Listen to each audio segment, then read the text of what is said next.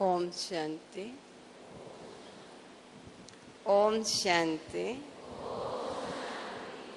ओम शांति।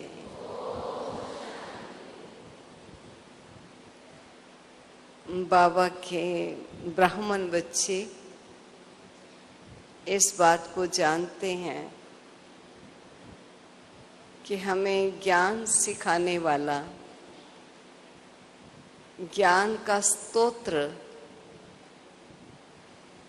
ज्ञान का सागर स्वयं सर्वशक्तिवान प्यारे पिता श्री बाबा हैं। और उस ज्ञान को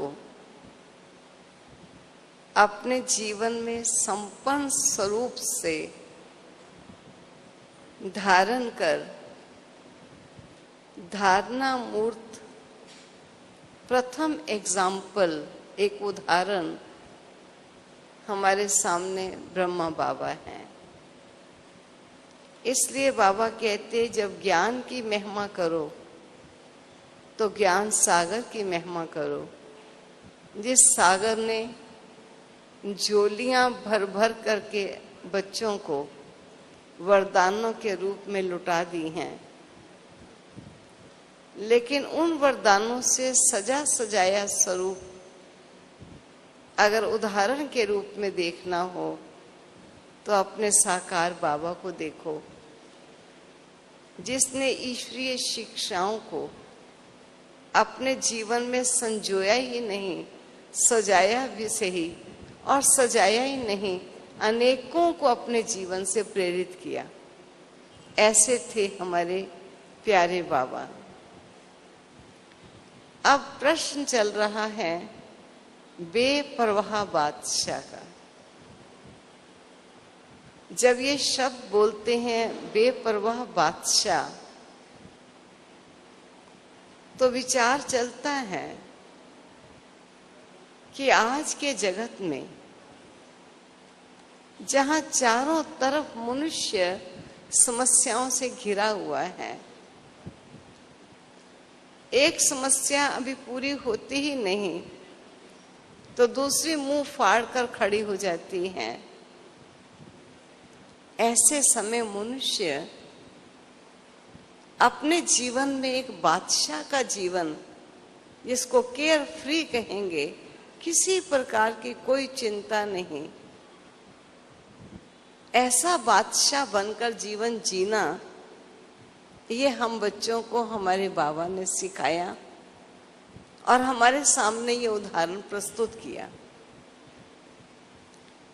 बहुत से बच्चे जब ये बात सुनते हैं तो ऐसा कहते हैं कि क्या सचमुच आज की परिस्थितियों में ये संभव भी है? लेकिन बाबा ने हम बच्चों को कह दिया,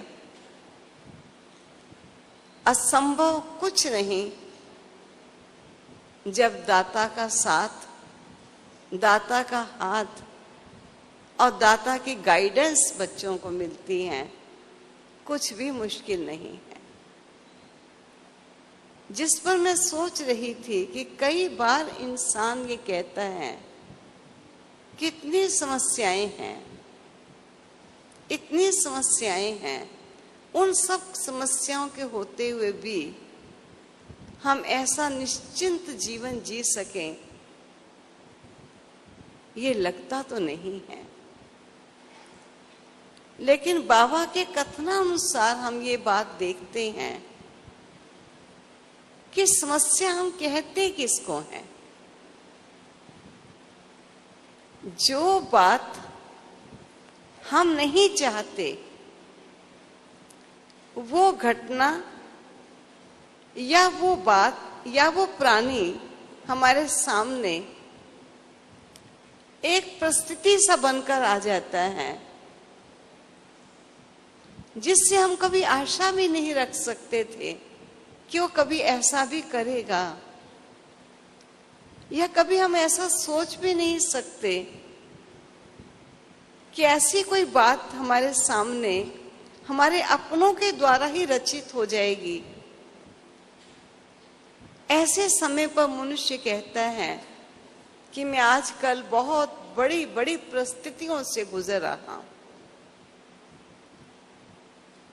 ऐसे समय पर मुझे बादशाह बनकर रहना बड़ा मुश्किल लगता है। वास्तव में ये परिस्थिति है क्या? थोड़ा विचार करके देखो।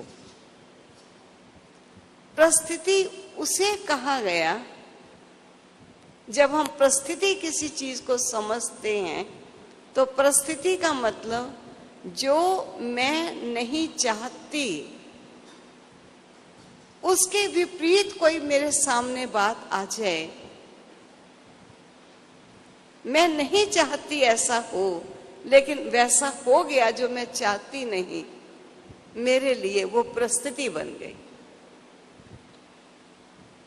अब अपने से आप पूछो कि क्या कभी संसार में ऐसा हो भी सकता है कि जो मैं चाहूं वही हो और जो मैं ना चाहूं वो ना हो?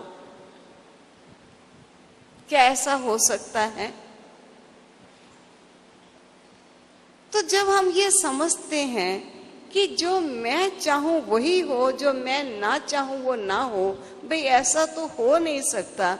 जब हो नहीं सकता है तो फिर उसे आप परिस्थिति क्यों कहते हो? अनहोनी बात तो नहीं कोई हो रही, जो होनी है वही तो हो रही है।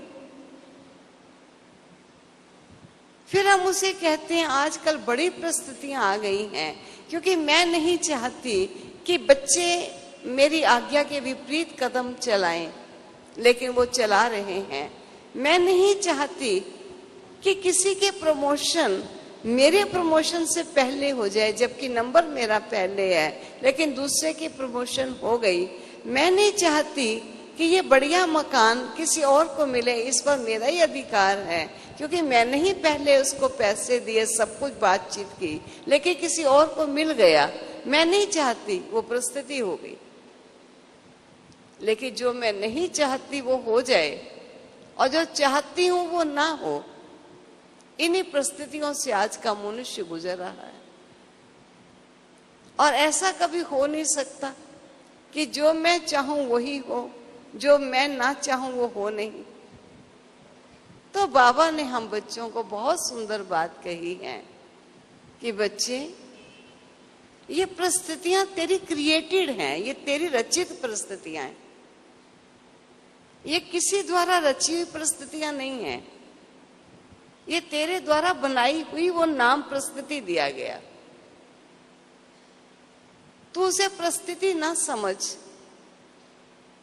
अगर तू ये समझ कि इस समय का ये तोहफा है, ये कलयुग का वो अंतिम समय है, जिस कलयुग के अंतिम समय में हमें वो चीजें तोहफे के रूप में मिलेंगी जो इससे पूर्व तीनों कालों में हमको नहीं मिली। इसे सहर्ष स्वीकार कर और छोटी छोटी बात में संकल्पों को चलाकर अपनी मनोस्थिति को खराब ना कर। इसलिए मैं तुझे एक बात समझाने के लिए आया हूं कि तू इस संसार में आया तो खेलने के लिए था, लेकिन खेल खेल में तो इस कदर अपने को बांध बैठा है कि तुझे इस खेल से कष्ट होने के बावजूद भी तो इस खेल से स्वयं को जुदा नहीं कर सकता।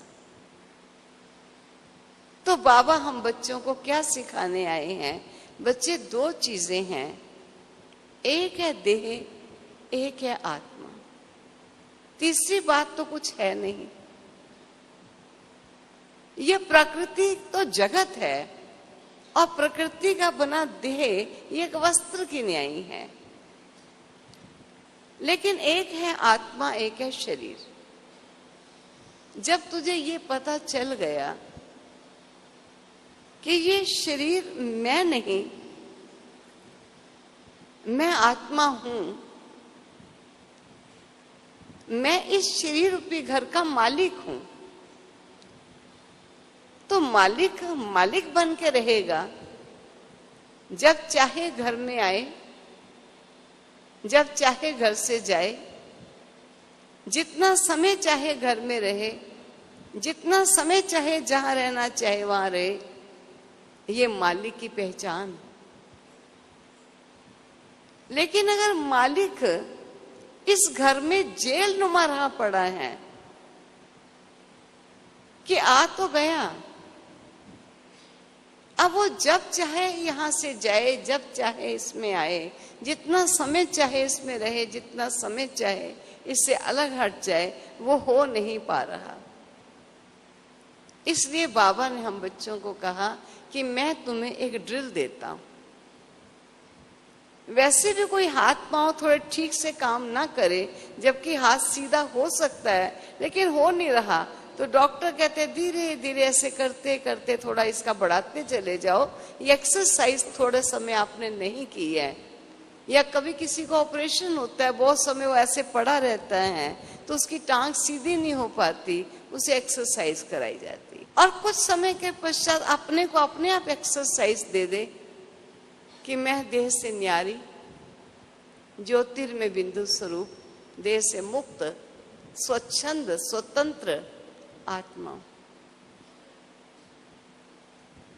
कभी देह में आकर मैं आत्मा हूं, कभी देह से भिन्न होकर मैं आत्मा हूं। देह में आकर मैं आत्मा हूं, यह है देही अभिमानी स्थिति का निर्माण करना। और एक है देह से न्यारी में आत्मा हूं, यह अनादि अविनाशी स्वरूप की स्मृति में स्थित होना। ये हमें बहुत काल से बाबा ने कहा अभ्यास करो। तुम तो यहाँ आकर जैसे शरीर नहीं, ये शरीर तेरी जेल हो चुकी है और तू जेल से मुक्त होना चाहता है और तू मुक्त नहीं हो पाता, कैदी नुमा अपना जीवन जी रहा है। बच्चे, तू इस जेल का कैदी नहीं है, ये शरीर तो तेरा घर है, ये तुझे सुखद आराम से रहने के लिए मिला था। लेकिन तू इस देह के अंदर इतना अटैच्ड हो गया, इतना इसके साथ लिपायमान हो गया कि तू सेकंड के लिए भी देह से जुदा नहीं हो पाता। इसलिए इसका दिन रात, सुबह दोपहर शाम, जब टाइम मिले अभ्यास कर। मैं देह नहीं, मैं आत्मा हूं। देह में रहता हुआ भी ब्रह्मकुटी की कुटिया में निवास कर रहा हूं और सारे देह को देखता हुआ सबको देख रहा हूं साक्षी बनकर। और देह से न्यारी स्थिति में कुछ नहीं देख रहा, सभी चमकते हुए सितारों को ही देख रहा हूं जो ज्योति देश की वासी हैं, इसके अलावा कुछ नहीं देख रहा। ये बार बार अभ्यास कर, ये तेरी ड्रिल है। क्योंकि बहुत समय एक मनुष्य चारपाई पर पड़ा रहे तो उसे एकदम खड़ा होना, बैठना या चलना असंभव सा हो जाता है। हम भी बहुत समय इस देह में रहे, इसलिए हमको भी हर चीज मुश्किल हो गई। तो बाबा ने हमको पहले ये बात बताई। अब बात तो हमको बता दी, लेकिन हम अपने आप से पूछें कि जब हम स्वयं को आत्मा जो ही समझते हैं और जितना समय समझ कर रहना चाहते हैं, उतना समय हम समझ नहीं पाते। एक सेकंड के बाद फिर वापस। कारण क्या? कई पक्षियों को आपने देखा होगा, जो पिंजरे के पक्षी होते हैं, उनके थोड़े पर कटे हुए होते, वो पिंजरे से निकलते जरूर हैं, थोड़ी सी उड़ान करते हैं, फिर वापस बैठ जाते हैं, थोड़ी सी उड़ान करते हैं, फिर वापस बैठ जाते हैं और पिंजरे के अंदर फिर चले जाते हैं। ऐसे हम भी पिंजरे के पंछी बन चुके,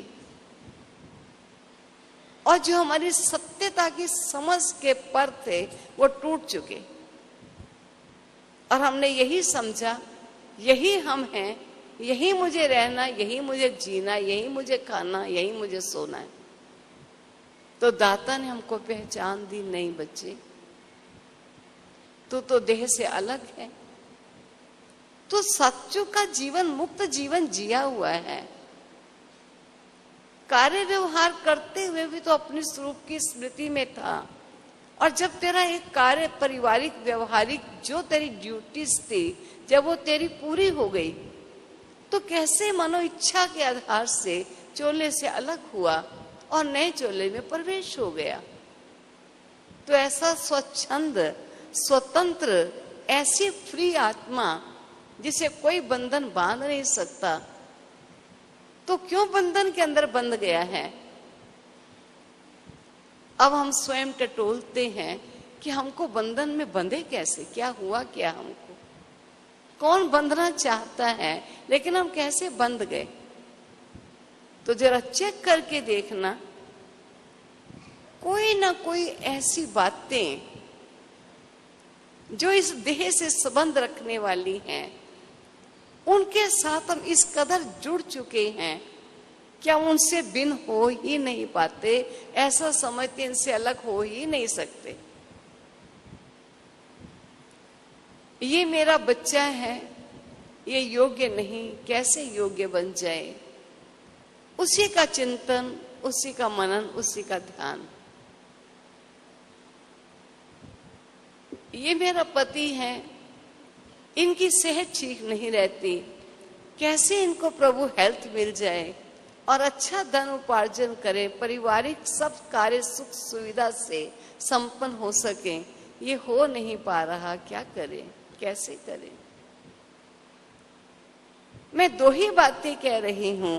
प्राणी इस कदर देह से संबंध रखने वाली संबंधित चीजों में इस कदर जुड़ चुका है कि उनसे निकलकर उसे अलग हटना ही नहीं आता, और वो समझता अलग हट ही नहीं सकता,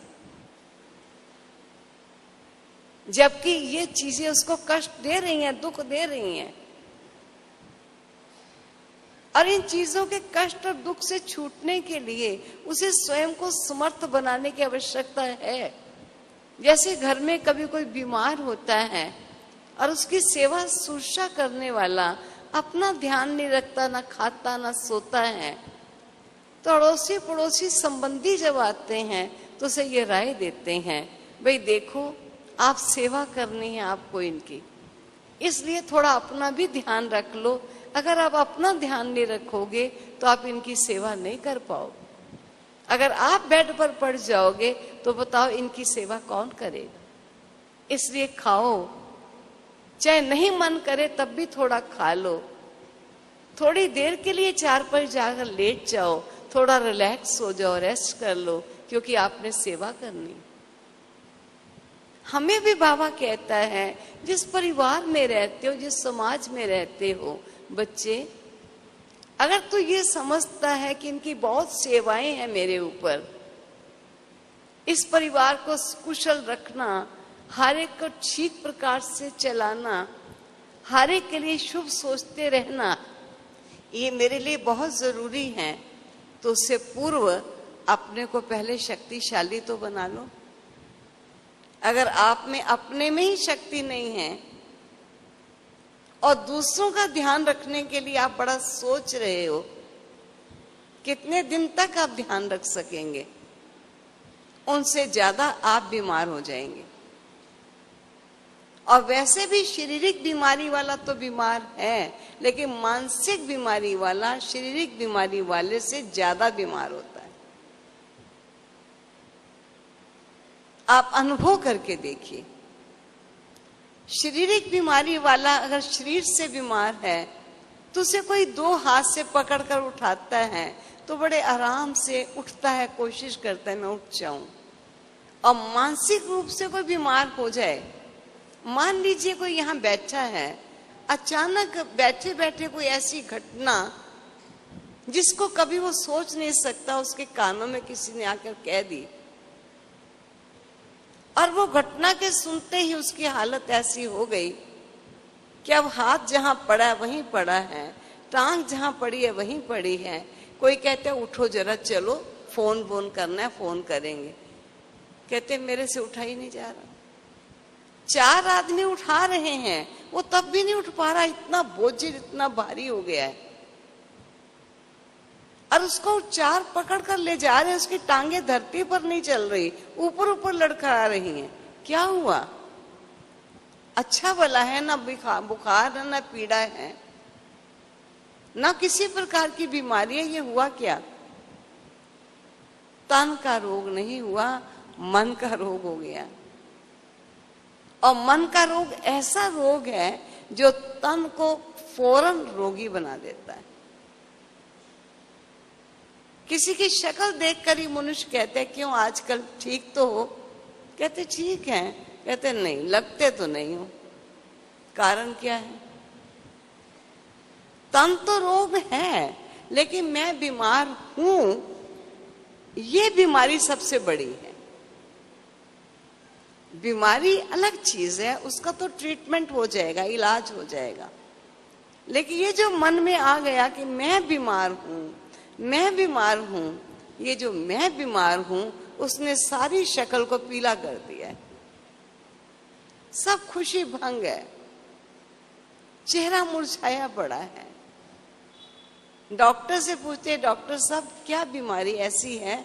डॉक्टर कहते हैं नहीं, कोई ऐसी बीमारी नहीं है, ठीक हो जाएंगे, ये तो मामूली सी है। लेकिन उनको किसी ने कह दिया कि आपकी बीमारी तो ऐसी है कि ठीक होने वाली नहीं है, और ये बीमारी आपको लेकर ही जाएगी। आप सोचिए, बीमारी है नहीं इतनी, लेकिन बीमारी मेरी ऐसी है, उस चीज की बीमारी जो मन को लग गई, उसने उसको रोगी बनाया। शक्ल उतरी है, रंग पीला हो रहा है। संबंधी भी पूछते इतना ये कमजोर क्यों होते जा रहे हैं? कहता है डॉक्टर कहते हैं इनको कुछ खिलाओ पिलाओ, थोड़ी ठंडी हवा में, खुली हवा में ले जाओ। आप कितना भी खुली हवा में ले जाओ, जब तक उनका मन का ट्रीटमेंट नहीं होगा, वो खुली हवा का असर भी नहीं लेगा। खुली हवा में भी दम घोट के बैठेगा, मैं तो जाने वाला हूं, मैं तो जाने वाला हूं।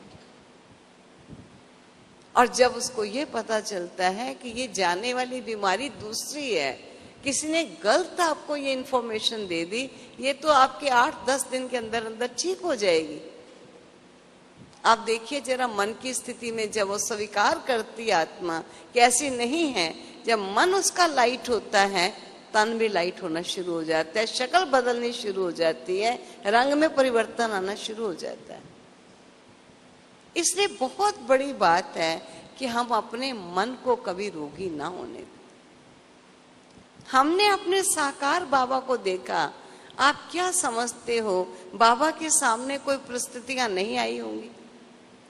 आपका तो 10, 20, 50, 60 का परिवार होगा, 100, 200 का परिवार होगा, लेकिन बाबा का तो 400, 500, धीरे धीरे हजारों, लाखों का बड़ा परिवार हो गया। क्या उसके सामने कोई परिस्थिति नहीं आई होगी? और बाबा सदा बच्चों को ये बताता है कि बच्चे, कोई भी तूफान जब आएगा तो प्रथम इंजन को पास करना होगा, डिब्बों में पीछे जाएगा। जो सबसे आगे है, पहले वो तूफान अपना रूप उसको दिखाता है। तो साकार बाबा के सामने क्या नहीं आया? क्या शारीरिक व्याधि नहीं आई होंगी? आप सोचिए, जब माउंट आबू पर आए तो यहाँ आदिवासी भील लोग यहाँ रहते थे। हमको याद है उस समय का भी, क्योंकि उस समय कोई ये गाड़ियां, टैक्सियां तो ऐसे नहीं होती थी। वो तो बाद में बैलगाड़ी भी अपने सामान लाने के लिए लगी, पहले बैलगाड़ी भी नहीं होती थी। कैसे अपना हाथ में उठाए सामान, कोई ना कोई माई को बड़ी अटैची दे के, और मार्केट जो पुरानी उससे आते थे। और पुराना गवर्नमेंट का हॉस्पिटल एक होता था, और उस हॉस्पिटल में एक डॉक्टर, वो भी साधारण सा डॉक्टर था। और बाबा की तबीयत इतनी खराब हो गई, उस डॉक्टर ने इस प्रकार का थोड़ा सा ऑपरेशन किया जो सचमुच अनाड़ी आदमी भी नहीं कर सकता। लेकिन बाबा को उसी हालत में बॉम्बे ले गए। तो बाबा ऐसे हैं जैसे कोई बात ही नहीं हुई है। उसी की चर्चा करे, देखो कितना अनाड़ी है, इसको समझ नहीं है। ये डॉक्टर ऐसा भी, जब वो छोटी सी स्थान पर एक गवर्नमेंट का नुमाइंदा बन के, डॉक्टर बन के आया हुआ है, और आदिवासी भी लोग, साधारण लोग जिन्हें कुछ मालूम नहीं, थोड़ी बहुत दवाई आदि वो मामूली ले लेते हैं, उनका इलाज करता है, उसे इतना बड़ा ट्रीटमेंट करना ही नहीं आता, तो काहे को उसका चिंतन और चित्त में ला के रखें। ठीक है, बात हुई, खत्म हुई। बाबा के सामने क्या बीमारी नहीं आई। आप सोचिए, इतने बच्चे, आपका एक दो बच्चा बीमार होता है, कहते हैं अगर एक ठीक नहीं हुआ, आप दूसरा बीमार हो गया, दूसरा ठीक नहीं, या पति बीमार हो गया। अरे बाबा जब सिंध हैदराबाद से माउंट आबू में आए, आप सोचिए तो सही, उस समय क्लाइमेट कितना चेंज था, वहां का एटमॉस्फेयर, वातावरण और यहाँ के वातावरण में बहुत परिवर्तन था, खान पान सब चीजों में परिवर्तन था, और इतने बच्चे बीमार हो गए, खूब बच्चे बीमार हो गए। डॉक्टर तो कोई है ही नहीं, किससे दवाई लाएंगे। ऑलमाइटी बाबा ही छोटी मोटी दवाई बच्चों को बता देता था, इसको ये दे दो, इसको ये दे दो।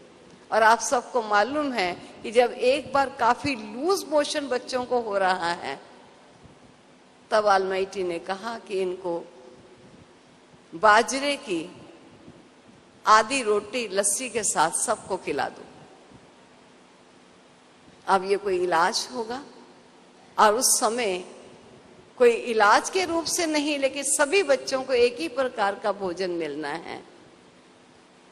लेकिन जिन बच्चों ने अपने मन को स्वस्थ रखा, ईश्वर के दर पर जो मिलेगा वो हमारे लिए अमृत के समान है, किसी बात का फिक्र नहीं, दाता के दर पर हैं, प्रभु के घर पर हैं, कोई कष्ट जीवन में हो ही नहीं सकता। अगर बाबा कहता है कि बाजरे की रोटी आदि दे दो, लस्सी का गिलास दे दो, उन्होंने हर्ष स्वीकार कर लिया, उनका वो बुखार और पेट की दर्द और लूज मोशन भी ठीक हो गया। और जिन्होंने ये मन में सोचा कि मरना है हमने ऐसी चीज खा करके, ये कोई दवाई थोड़ी है, ये कोई भोजन है जो बीमार को मिलेगा। हम बीमारों को तो कुछ और मिलना चाहिए, वो बीमार रहे। और जिन्होंने ईश्वर के दर पर, घर पर, प्रभु पालना में है, जो प्रभु दर पर मिलेगा वो हमें प्यार से स्वीकार है।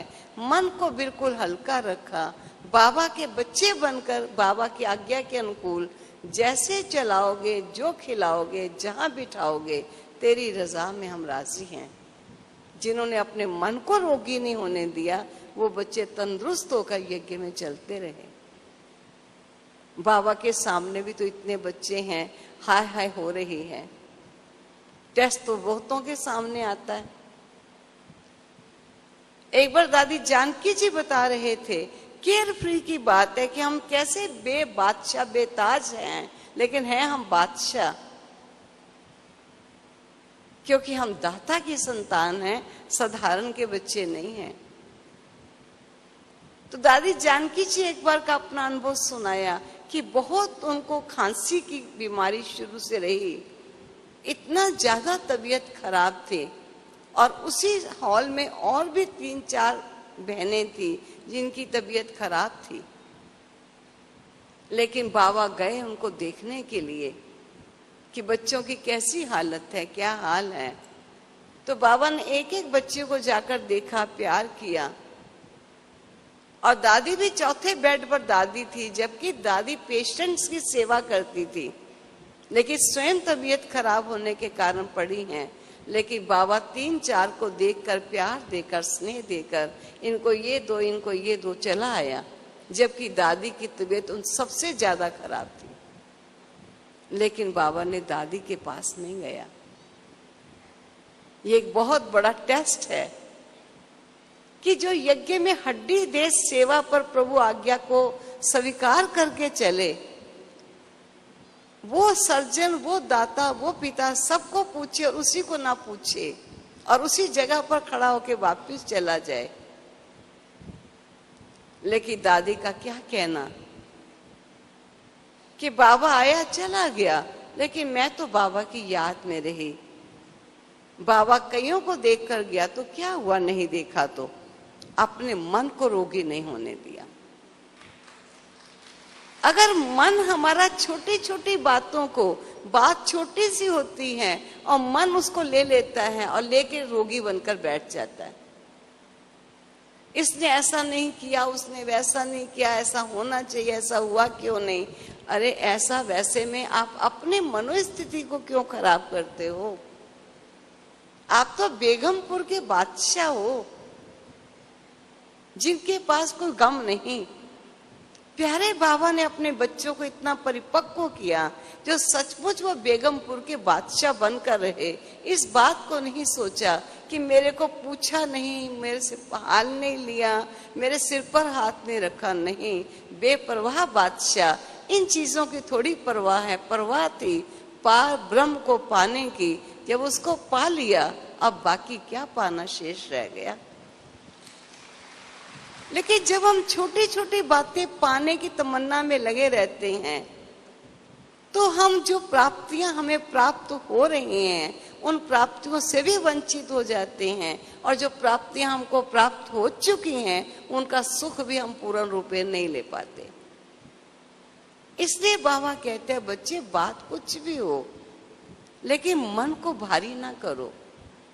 भारी मन उड़ान नहीं भर सकता है, क्योंकि मन भारी जब होता है तो बोझिल हो जाता है। कोई भी जब भारी चीज होती है तो जितना ऊपर करेंगे नीचे आके गिरती, और नीचे जब गिरती है ऊपर भी इतनी जा नहीं पाती, नीचे भी धर्म से आके गिरती है, इफेक्ट आता है उसको। और बाबा बच्चों को कहते हैं, जितने हल्के रहेंगे ना बच्चे, हर चीज तेरी स्वतः ही सहज ही सब ठीक होती चली जाएगी।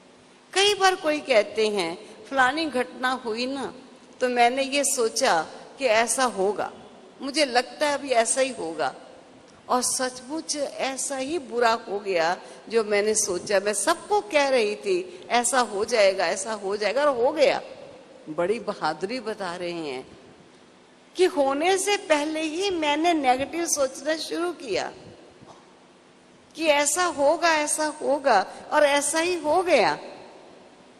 तो वो जो आपके नेगेटिव विचार हैं, कहा जाता है सारा दिन में मनुष्य की भाई एक बात कई बार बिल्कुल राइट निकल आती है, लेकिन कभी कभी वो टाइम ऐसा होता है जब गलत बात वो कह रहे हैं वो राइट हो गई, और जो ठीक सोची वो नहीं हुई। इसी प्रकार बाबा भी हम बच्चों को कहता है, हमेशा अपने लिए और अन्यों के लिए श्रेष्ठ ते श्रेष्ठ, शुभ ते शुभ सोचो। शुभ सोचने में मेहनत जरूर है, लेकिन उसका फल बड़ा मीठा है। आप देखिए, नेगेटिव निकालना कितना सहज है। अभी आजकल तो अपने अपने सेल फोन में भी फोटो खींचने लग गए। पहले कैमरे में फोटो खींचते थे, नेगेटिव ले जाते थे और जाकर नेगेटिव का पॉजिटिव बनवाते थे। नेगेटिव तो कोई भी खींच लेता है, लेकिन पॉजिटिव खींचने वाला, बनाने वाला बड़ा पावरफुल चाहिए। तो बाबा हम बच्चों को कहता है कि अगर आप बेपरवाह बादशाह बनना चाहते हो तो बच्चे हर बात को सोचो जरूर, लेकिन चिंता के रूप में सा ना सोचो, बोझिल होकर ना सोचो, बड़े लाइट रहो। जो मैं कह रही थी, बाबा के सामने क्या बात नहीं आई, लेकिन बाबा कैसे बेपरवाह बादशाह, यज्ञ दाता का है। और ऐसे बाबा कहता था, चलता हूं धरती पर पांव देखता हूं, आकाश तक सिर है, अरे वाह रे मैं, अब वाह रे मेरे बच्चे। एक नशा था, हम कौन हैं और किसके हैं। आप सोचिए कैसी परिस्थिति जिस पर हम कई बार सुनते हैं, ये गाथा सुनी होगी कि जब बाबा का बच्ची कोई बस लेकर जा रही है और चलते हुए बस 60 बच्चे बस के अंदर बैठे हैं और बस उलट गई है, खड्डे के अंदर जाकर पड़ी है और उस खड्डे में खून बन गया सारा। और कैसे बच्चे, किसी का हाथ कटा है, किसी गर्दन में है, किसी का कुछ जख्म आया, किसी का कोई जख्म है, बुरी तरह जख्मी पड़े हैं। आप सोचिए 60 बच्चे एक पिता के, और इतना बड़ा एक्सीडेंट, और सब उस एक्सीडेंट के अंदर जख्मी हो जाए, उस पिता को क्या होगा। भागती हुई एक बच्ची आई, बाबा बस उलट गई है, बहुत बुरी तरह एक्सीडेंट हो गया। उन्होंने कहा अच्छे बच्चे, बाबा चलता है। अब बाबा जाता है, जाकर मुस्कुराता हुआ प्यार से बच्चों को दृष्टि दे रहा है, क्योंकि इस समय उनको शक्ति की आवश्यकता है। इस समय मैं हाथ पांव कांप लूं, हाय क्या हुआ क्या हुआ, तो इस समय तो वो मेरा क्या क्या समझ के वो भी बेहोश हो जाएंगे, कहेंगे हमें कुछ हो गया। लेकिन कैसे बाबा उनको प्यार से देख रहा है और दृष्टि दे रहा है कि इस समय इनको शक्ति चाहिए। बड़े प्यार की दृष्टि देता हुआ फिर जो उनका ट्रीटमेंट है, उस ट्रीटमेंट का कार्य शुरू होता है। लेकिन हम अपने आप से पूछें, छोटी सी घटना हो जाती, क्या हुआ, ये मेरे साथ ही क्यों हुआ, मेरे ही क्या ऐसे कर्म हैं, कौन से पाप कर्मों का खाता मेरा अभी तक खत्म नहीं हो रहा। ना जाने क्या क्या चित्त पर चिंतन ला ला करके अपने चिंतन को भी हैवी करते हैं, वातावरण को भी प्रभावित करते हैं और दूसरी आत्माओं में भी अशांति और दुख के वातावरण का फैलाव करते हैं और उसका सूक्ष्म पाप फैलाने वाले के ऊपर पड़ता है। बहुत बड़ी बात है, ये समझने की बात है कि हमारे पुण्य भी बड़े सूक्ष्म होते हैं, पाप भी कई बड़े सूक्ष्म होते हैं। मान लीजिए एक बीमारी आ गई, कोई घटना हो गई, उस समय उस घटना के लिए मुझे करना क्या चाहिए, उस पर ध्यान देने की आवश्यकता है कि वो घटना से प्रभावित होकर घटना को घट में ले जाएं और अशांत और परेशान होकर के, दुखी होकर के उस समय हम अपना चेहरा बना लें और वहीं बेहोश हो जाए। जो बीमार वाला तो बेहोश नहीं हुआ था, लेकिन बीमार को देखने वाला बेहोश है और उसको देख के वो भी बेहोश हो गया। हमने क्या सेवा की। हम अपने आप से पूछे, सचमुच हम बाबा के बच्चे हैं। बाबा के बच्चे का मतलब क्या है, जैसा बाप वैसा बच्चा। दुनियावी रूप में कहते हैं राजे का बेटा राजकुमार होता है और जब वो राज तख्त पर बैठता है तब वो राजा कहलाता है। लेकिन यहाँ हम बाबा के अलौकिक बच्चे ब्राह्मण बेफिक्र बादशाह के बेटे हैं और बेफिक्र बादशाह ही हैं। हम बादशाह के राजकुमार नहीं, लेकिन बेफिक्र बादशाह के बच्चे बेफिक्र बादशाह हैं। अपने आप से पूछें, हमारा मन बेफिक्र रहता है या कोई ना कोई फिक्र से घिरा हुआ रहता है। बाबा कहते तेरा काम क्या है, तो उद्धार मूर्त आत्मा है, सारे विश्व की आधार मूर्त आत्मा है, कल्याणकारी आत्मा है। इसलिए तेरा कर्तव्य, तेरा संकल्प, तेरा बोल और व्यवहार तेरे स्वरूप के अनुकूल होना चाहिए। लेकिन कई बार क्या होता है, मनुष्य आज समझता है अपना दुख दूर करने के लिए दूसरे को दुख दे आओ, मेरा दुख दूर हो गया।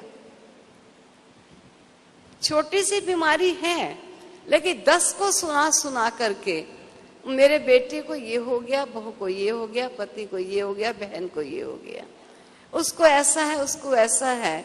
अब जब कोई आपकी ऐसी बात सुनता है तो खुश तो नहीं हो रहा।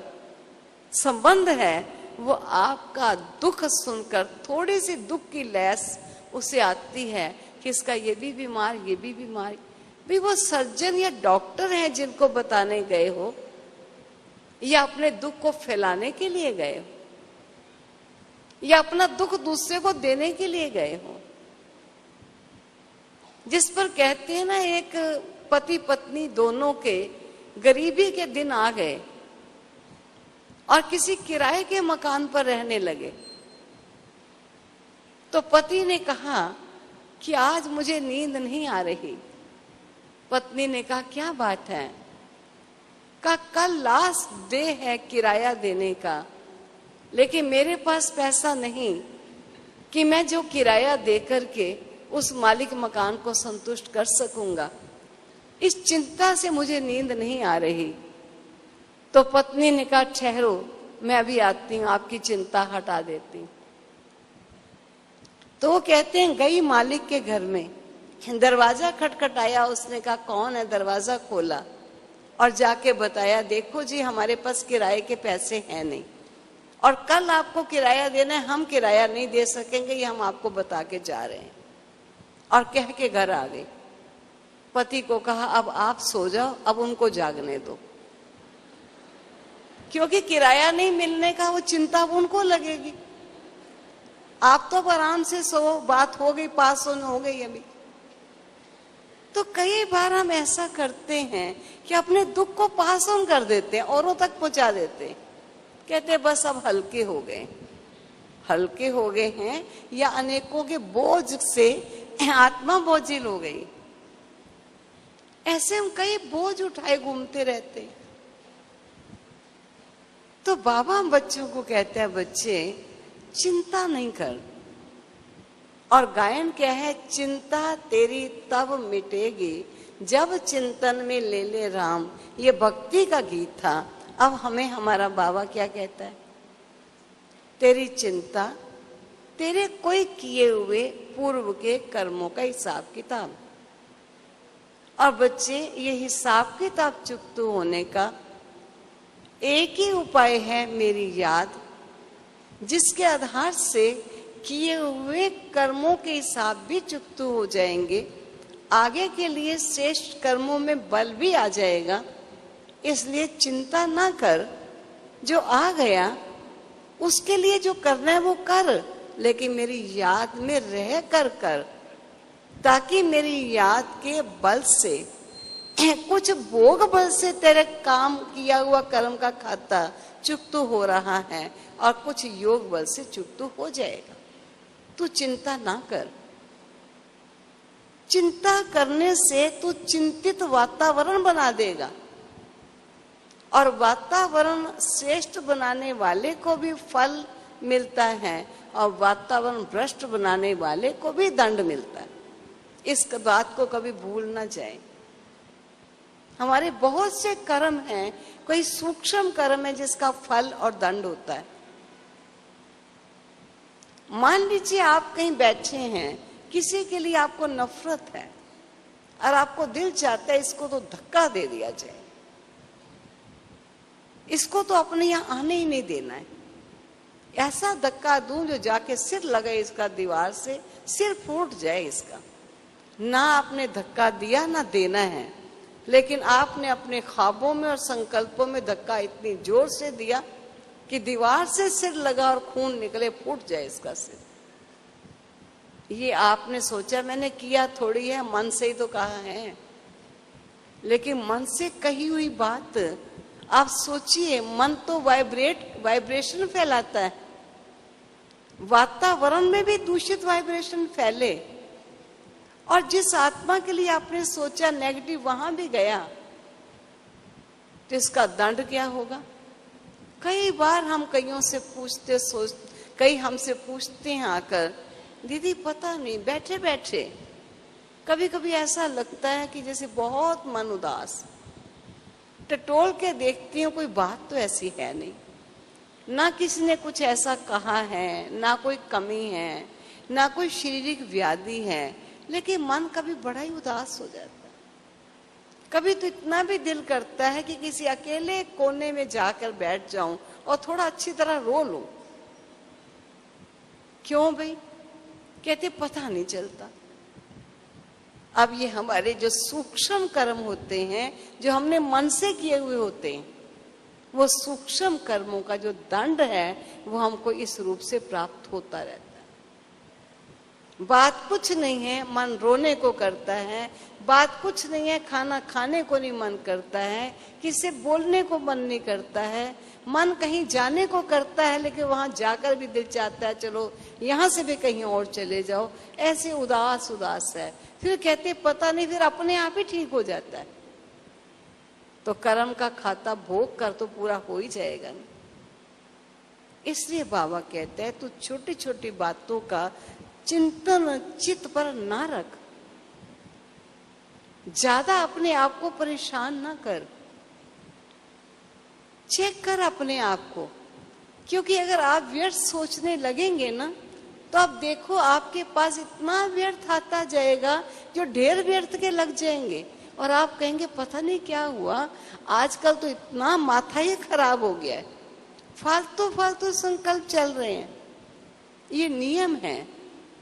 किसी एक जगह पर दिवाली के दिन सफाई हो और कोई कूड़ा वहां डाल दे किसी एक जगह पर, दूसरे घर में भी सफाई हो रही है, वो भी माता अपने बच्चे को कहती है बेटा जाओ ये थोड़ा कूड़ा ना वहां डालो, जहाँ कूड़ा पड़ा है ना वहीं डाला, वो भी जाके वहां डाल देता है।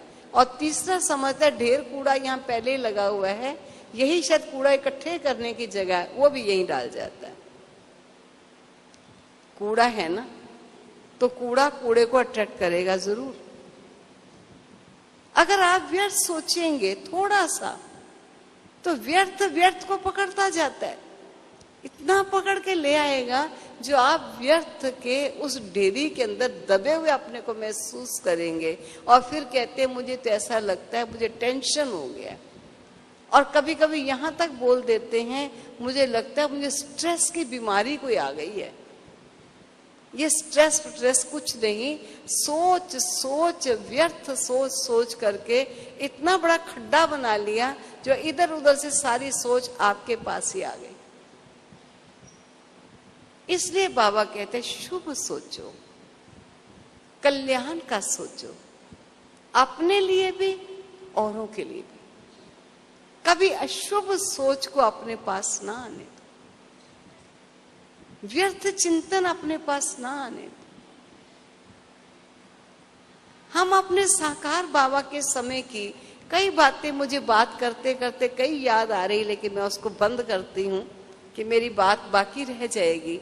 लेकिन फिर बीच में एक बात सुना देती हूँ कि साकार बाबा के सामने कैसी कैसी बातें आई, लेकिन बाबा ने कभी कोई क्वेश्चन नहीं उठाया, क्यों क्या कैसे। एक हमारे पास भाई आए का दीदी कल बाबा ने कहा था ये करो तो तुम बाप के दिल पर चढ़ सको। मैंने सोचा चलो बहुत अच्छी बात है, ये तो करूंगा।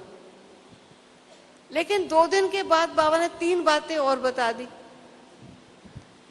बाबा कहते हैं ये करोगे दिल पर चढ़ोगे। अब 4 पहले बताई, 3 और बता दी, और आज एक बात और बता दी। बाबा एक ही बार एक बात कहे ना, कभी कुछ कह देता है कभी कुछ कह देता है, मूंझ जाते। अब दाता पर भी प्रश्न उठता है, और कारण क्या है कि बाबा ने जो 2 बातें बताई थी प्रारंभ में, उन 2 को तो जीवन में लाया नहीं, उनको तो पोस्टपोन कर दिया, कल परसों कर लेंगे।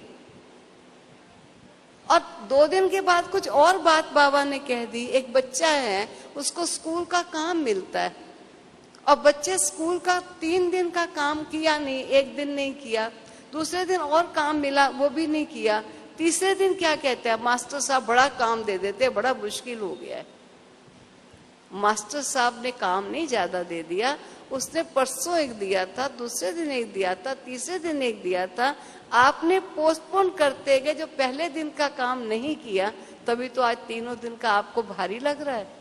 और मास्टर का कसूर हो रहा है कि मास्टर ही ठीक नहीं, वो ढेर काम इकट्ठा दे देता है। तो बाबा भी हम बच्चों को कहता है जो भी मैं कहता हूं एक बात से संबंध रखने वाली दूसरी बातें होती। इसलिए जब बाबा आपको बात कहे उसको जीवन में लाना शुरू कर दो उसी क्षण से। सेकंड है जो बाबा बात कहेगा, आपको ऐसा लगेगा कि ये बात उससे संबंध रखने वाली है, अगर ये ना होगी तो वो परिपक्व रह ही नहीं सकेगी। और थर्ड है जो बाबा बताएगा, फिर उस पर और विश्वास आ जाएगा, सचमुच बाबा आपने जो 2 दिन ये कही, ये बातें जो आपने आज बताई, ये उन सब बातों को सहज करने का कितना सुंदर तरीका मुझे आपने बता दिया। हमेशा बाबा के गुण गाएगा, कभी ये नहीं कहेगा बाबा ऐसा क्यों कहता है, बाबा वैसा क्यों कहता है। बाबा जो कहता है वो सत्य ही कहता है। जिस पर मैंने बाबा का एक एग्जाम्पल कभी कभी सुनाया भी हुआ है यहाँ पर कि जब बाबा एक बार बॉम्बे में जा रहे थे और बाबा जब भी सर्दी में बॉम्बे या दिल्ली जिधर भी जाते थे तो संदेशी के द्वारा आलमाइटी बाबा को संदेश जरूर देते थे, क्योंकि रथ है, रथ तभी जाएगा जब रथी परमिशन देगा।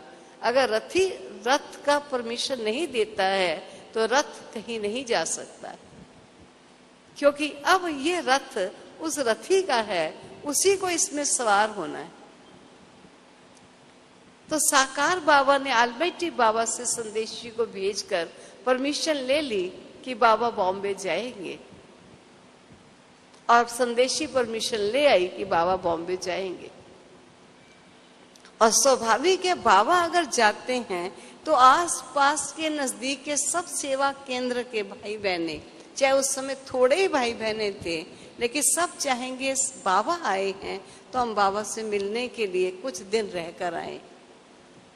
और जहां लिखा पड़ी सब सेवा केंद्रों की माउंट आबू में होती हैं, वो जरूर अब बॉम्बे में होगी, इसलिए सबको इन्फॉर्म किया जाता था कि बाबा इस दिन से इस दिन तक बॉम्बे में होंगे।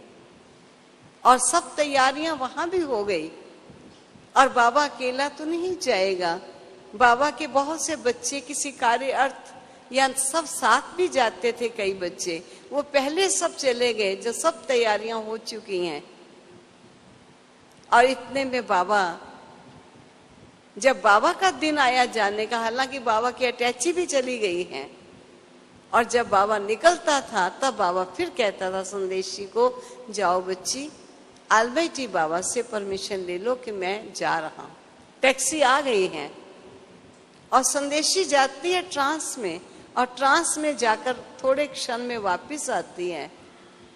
अब वापस आकर बाबा को कहती है, बाबा मैं वतन में गई लेकिन मुझे वहां आलमाइटी बाबा नहीं मिले।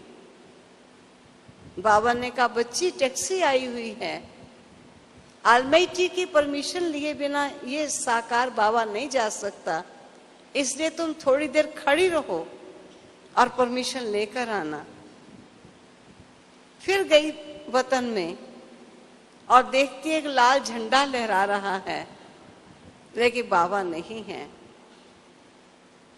वापिस आ गई, बाबा वतन में बाबा नहीं, एक झंडा सा लहरा रहा है। बाबा ने कहा, बच्ची तुम जाकर थोड़ी देर ठहरो, टैक्सी वाले को कह दिया जाए थोड़ी देर रुके, लेकिन परमिशन लानी है पहले। और जब थर्ड टाइम जाती हैं तब बाबा कहते, मिलते हैं संदेशी को, कहते हैं बच्ची कैसे आना हुआ। तो बच्ची क्या आज्ञा कह बाबा को सुनाती है, प्यारे बाबा, बाबा ने टैक्सी आ गई है, जाने की परमिशन के लिए मुझे भेजा है कि मैं जा रहा हूं। तब आलमाइटी बाबा संदेशी को कहते हैं, तुम वतन में देख रही हो ये कौन सा झंडा लहरा रहा है? कहती है लाल झंडा है। बाबा ने कहा, इसका क्या मतलब है? वो नहीं मतलब बोली। बाबा ने कहा, आलमाइटी बाबा की परमिशन नहीं है कि साकार बाबा बॉम्बे इस समय जाएगा। संदेशी वापिस आती हैं और आकर कहती है, बाबा ने परमिशन नहीं दी, कहता है परमिशन नहीं है बॉम्बे जाने की।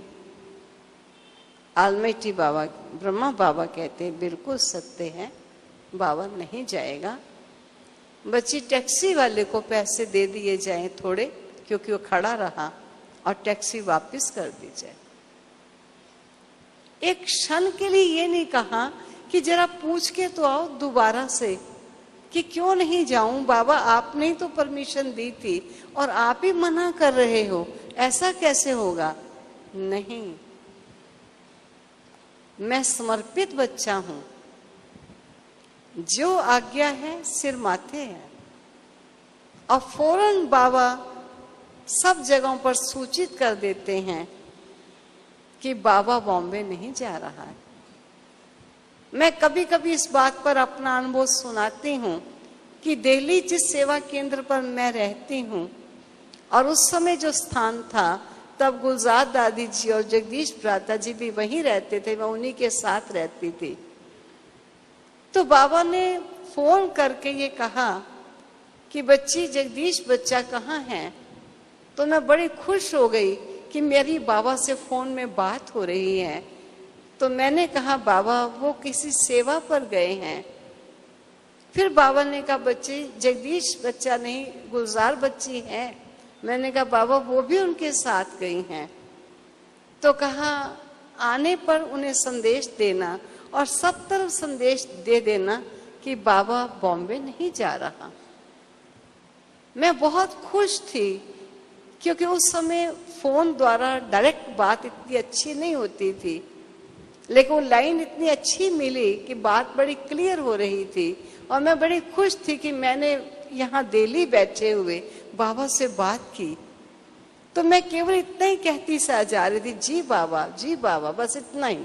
जो मुझे कहा मैंने सुना, जी बाबा, और मैंने फोन रख दिया। जब मैं और जगहों पर फोन करने शुरू किए तो मुझे उन्होंने कहा क्यों नहीं जा रहा, आपने बाबा से ये नहीं पूछा। मैंने कहा ये तो मैंने नहीं पूछा। जिससे पूछो वही कहे बाबा क्यों नहीं जा रहा, आकर कोई खास बात होगी जो बाबा की तैयारी हो चुकी है। मैंने कहा मैंने नहीं पूछा। और ऐसे 3-4 दिन के बाद जब वो मुरली आई बाबा की, तो बाबा की वाणी में ये था कि कई बच्चे प्रश्न पूछते हैं कि बाबा क्यों नहीं जा रहा। अरे बच्चे, ये क्यों का प्रश्न क्या पूछा जाता है?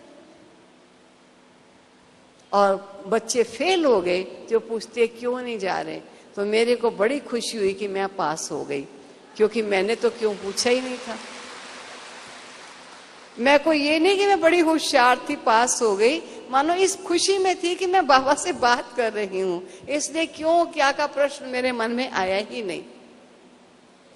तो साकार बाबा, आलमेटी बाबा जो कहता है इतना लाइट था, जो कभी कहता था दिल करता है नाचूं, इतना हल्का था जो सचमुच कभी कभी ट्रांस में गई संदेशी, जो मैं आपको गुप्त बात बता दूं, ट्रांस में गई संदेशी और देख रही है, छोटा सा किशोर है और वो साकार में बाबा को उठा के गोदी में सारे हाल में घूम रही है। इतना लाइट, ये शारीरिक रूप से नहीं, वो मानसिक रूप से इतना लाइट था। तो जिस बेपरवाह बादशाह ने साकार में हम बच्चों को ब्राह्मण जन्म दिया और इतनी हम बच्चों की पालना की, ऐसे बाप के हम बच्चे कभी मन से भारी ना रहो। मन हल्का होगा, आप स्वयं अनुभव करके देखना, आपकी समस्याएं आपको छोड़कर चली जाएंगी। अभी आपने समस्याओं को पकड़ कर रखा हुआ है। समस्याएं छोड़ना चाहती हैं, लेकिन आप उसको छोड़ने ही नहीं देते, पकड़े हुए हैं, कहीं चली ना जाए। सोते हुए, खाते हुए, हर क्षण उस समस्या का चित्त पर चिंतन और उसी का फोटो देखते रहते, जैसे इष्ट देव बन गया। इसलिए बाबा कहते हैं सब तरफ से मन को हटाकर बच्चे एक मेरे में मन को लगा लो। और जब तक हल्के नहीं होंगे, आप सोचिए, मन हल्का नहीं होगा, मन व्यर्थ के चिंतन से, समस्याओं से, तेरी मेरी बातों से अगर बोझिल होगा, तो ये मन प्रभु में जाएगा कैसे? ये मन विश्व की आत्माओं की सेवा कैसे करेगा? ये मन ड्रिल कैसे करेगा? जब चाहे तन में आए, जब चाहे तन से निकल जाए। बोझिल मन तो जा नहीं पाएगा। इसलिए इस बार जो आप भट्टी में आए हैं, एक अनुभव लेकर जाना। बातें बहुत होंगी, उनके लिए जो आप ईश्वरी आज्ञा के अनुकूल रहते हुए, उनके लिए जो आप कर सकते हो, बिना सुस्ती, बिना आलस्य के बाबा की याद में करना अवश्य। लेकिन कभी मन को भारी नहीं होने देना, एकदम हल्के होकर बाबा तेरे हैं और जो कुछ मैं कर रही हूँ वो भी तेरी आज्ञा के अनुकूल कर रहे हैं। कुछ मेरे पूर्व के किए कर्म के खाते इन समस्याओं से साफ हो रहे हैं और कुछ मेरे भविष्य के श्रेष्ठ संस्कारों का निर्माण इन परिस्थितियों और परीक्षाओं को पार करके मेरी अवस्था की परिपक्वता बनाने में मदद दे रहे हैं। इस प्रकार लाइट रहना, तो आप देखना आप लाइट हो जाएंगे। और जब तक हम कहते हैं डबल लाइट, तो डबल लाइट का मतलब क्या? आत्मा लाइट है, लेकिन जब वो मन के चिंतन व्यर्थ के बोझ हट जाएंगे तभी तो अब लाइट होंगे। तो डबल लाइट स्थिति हमारी बाबा के नजदीक हमको ले जाएगी। तो चलो अभी मैं तो 20 मिनट के लिए ही आपको बिठाऊंगी, फिर दादी जी आ जाएंगे। अभी ऐसे देखो, आज इस महायज्ञ में जो भी आपके मन का चिंतन है, जो चित्त को भारी किए हुए हैं, बोझिल किए हुए हैं, उस सब चिंतन चित्त से उतार कर इस यज्ञ में स्वाहा कर बोल दो एक बार अंदर से, स्वाहा। सचमुच बोलना, ऐसे नहीं मुझे खुश करने दी, ट्यून बनाने दी, बोल लो। अंदर से बोलिएगा स्वाहा। तो बाबा ने कहा जो स्वाहा जब कर दिया तो आप हल्के हो गए ना। अब पता चलेगा तब जब आप योग में बैठोगे और एकदम लाइट होकर, लाइट जैसे लाइट से मिलन कर रही। आत्मा का मिलन परमात्मा से होगा, देह का मिलन बाबा से नहीं होगा। इसलिए जब स्वाहा कर दिया तो स्वाहा करने के बाद अभी हम चलते हैं अपने वतन में, अपने प्यारे बाबा से वो शक्तियां लेने के लिए जो शक्तियां हम ले नहीं पा रहे थे, क्योंकि हमारा मन कई प्रकार की चिंताओं, व्यर्थ संकल्पों, विकल्पों से बंधा हुआ था। अब उसको खोल दिया, स्वाहा कर दिया। अभी चलो उड़ो यहाँ से और वतन में चलकर बाबा के पास बैठेंगे। तो अभी सब बाबा की याद में हम कुछ समय के लिए बैठ